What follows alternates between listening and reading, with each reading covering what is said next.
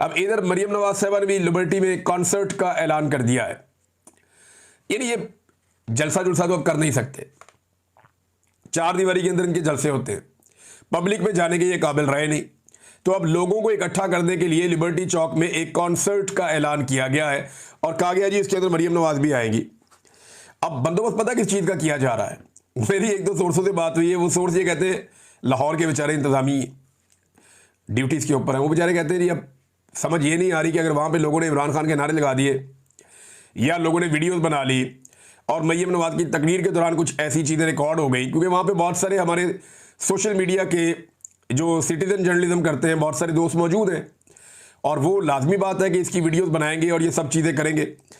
तो यहाँ पे जो है वो इस बात का बंदोबस्त किया जा रहा है कि अगर इमरान खान के नारे लग गए या पीटीआई के झंडे नज़र आ गए या लोगों ने मरियम नवाज की मौजूदगी में उसके खिलाफ इंटरव्यूज़ दे दिए तो बड़ी मुसीबत बन जाएगी। तो अब जो है वो इसको मैनेज करने की कोशिश की जा रही है। मैनेज ना हुआ तो मरियम नवाज कोई नहीं आती कॉन्सर्ट में, और अगर मैनेज हो गया और आखिरी टाइम पे उन्हें कॉल आ गई कि जी आवाम भी इकट्ठी हो गई है, कॉन्सर्ट भी कामयाब हो गया है, आ जाओ, तो फिर मरियम नवाज साहबा चली जाएंगी। और नादरीन शौक इनके ऐसे हैं कि अब कुत्ते और घोड़े खरीदे जा रहे हैं आवाम को कंट्रोल करने के लिए। बाकायदा एक खबर आई हुई है कि ये कुत्ते भी खरीदेंगे और घोड़े भी खरीदेंगे और सिर्फ इसलिए खरीदे जाएंगे कि आवाम के ऊपर कंट्रोल हासिल करना है।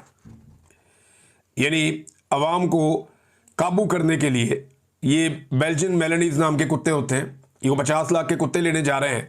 8 इन्होंने कुत्ते के बच्चे लेने हैं और फिर घोड़ों के बच्चे भी इन्होंने लेने हैं को 50 लाख रुपए के, और ये लेने के बाद ये इनको ट्रेन करवाएंगे माहिरीन से, और फिर जब लोग एहतजाज करने आएंगे तो उनके ऊपर इनको इस्तेमाल किया जाएगा।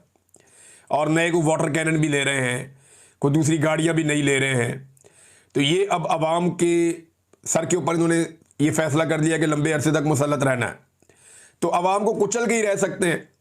तो ये कुचलने का बंदोबस्त कर रहे हैं। लेकिन याद रखिएगा जिस दिन सारी आवाम निकल आई ना, जिस दिन पाकिस्तानियों ने फैसला कर लिया कि हमने सबने बाहर आना है, उस दिन आप फारग हो जाएंगे। फिर आप जितने मर्जी आप 1000 कुत्ते ले आए, आप 1000 घोड़े ले आए, आप 10,000 जो हैं वो ये वाटर कैनन ले आए, आप जो मर्जी करते रहें। जिस दिन अवाम निकल आए उस दिन आपकी ये सारी चीज़ें फारिग हो जाएगी, किसी चीज़ की कोई औकात नहीं रहेगी।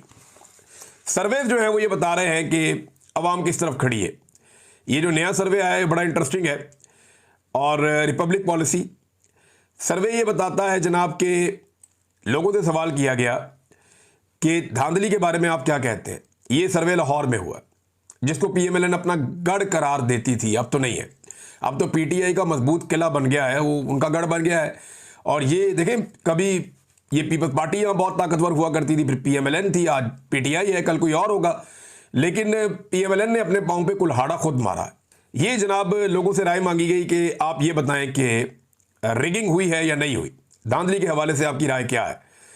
तो 87% 87% शहरियों ने ये राय दी है सर्वे के मुताबिक कि हाँ जी बिल्कुल धांधली हुई है, और 5% शहरी सिर्फ ऐसे हैं जिन्होंने कहा नहीं जी धांधली नहीं हुई।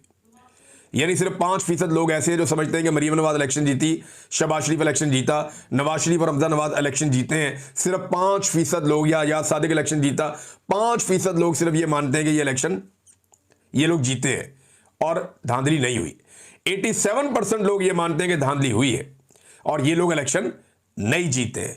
जबकि 8% लोग ऐसे हैं जो कहते हैं कि हमें इसके बारे में कोई इल्म नहीं है, हम इसके बारे में कुछ नहीं जानते।